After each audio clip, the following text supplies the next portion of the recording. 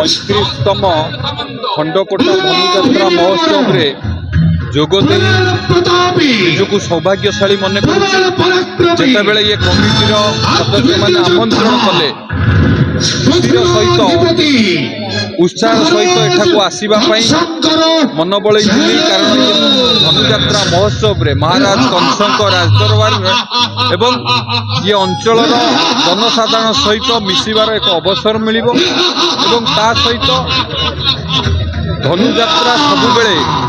असत्य उपर सत्य अधर्म उपर धर्म अन्याय उपर न्यायर विजयर प्रतीक एवं ये ऐतिह्य संस्कृति परंपरा ओडिया अस्मिता को खाली उज्जीवित करूना यह द्वारा आमर भाईचारा एकता सौहार्दपूर्ण वातावरण सृष्टि कर सफल हो निश्चित भाव में आज सौभाग्य मिला महाराज का दरबार रे जड़े सेवक हिसाब से राज्यर जो दायित्व मिली राज्यर बृहत्तर स्वार्थ आम विभाग कौन कौन काम करिछि युवक मानकर आशा आकांक्षा पूरण करिबारे युवक मानकर दक्षता को वृद्धि करिबारे ए विषय रे मध्य कहिबार अवसर मिलिला एक सुजोग मिलिला तो निश्चित भाव में मु आज एठी योगदान करी निजको सौभाग्य मन करूछि। धन्यवाद। 35तम विराट धनुଯାत्रा महोत्सव खंडकोटा आज तार उद्घाटनी उत्सव ए उत्सव परिप्रेक्षी में मो समस्त को मोर अभिनंदन शुभेच्छा जनाऊँगी। गाँ गहली रे एते बड़ यात्रा जो होउछि ए यात्रा हेबार मुख्य कारण होछि लोकंकर सहयोग भितरे आमे 35तम धनुଯାत्रा करिछु। ये धनुଯାत्रा अनेक प्रकार लोकों को विश्वास भरोसा सहित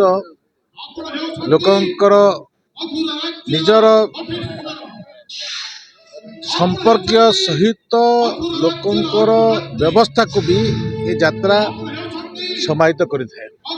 कारण गाँ गहलीर लोक एते बड़ यात्रा रे तांकर गाँ निजर काम सहित तांकर आगामी दिन जो योजना थे से योजना भी ये यात्रा पूरण करते कारण एठी की राउरकेला झारखंड सुंदरगढ़ झारसुगुड़ा छत्तीसगढ़ देवगढ़ संबलपुर अनेक लोक एठी को जो प्रकार रोजगार होता है से रोजगार संगे संगे सांस्कृतिक कार्यक्रम देखा से आग्रह एते थाए से दृष्टि नहीं ये यात्रार महत्व अनेक अच्छे से विषय नहीं आसंता 1 फेब्रुआरी 1 तारीख पर्यंत चलो। आज ये उद्घाटनी अवसर मानवर संपद स्वयं छे कि इंडस्ट्री दक्षता विकास मंत्री अच्छा से उपस्थित थिले एवं तांकर जो वार्ता था से वार्ता ये अंचल पर गोटे प्रेरणा हम कारण एठी जो संबलपुर युवक मानक जो हब हो युवक माने ट्रेनिंग पाइबे से ट्रेनिंग व्यवस्था को आज सुचारू रूप से लोकों गहन में मथुरावासी लोकों को प्रांजल भाव अवगत करिसंती एवं आगामी दिन में ये अंचल भी इंडस्ट्री क्षेत्र में आग को बढ़िबो ए प्रकार भी सौभाग्य तैयारी कर से दृष्टि ये यात्रा केवल सांस्कृतिक कार्यक्रम नुहे ये यात्रा विकास भी एक पथ निर्णय नौछि।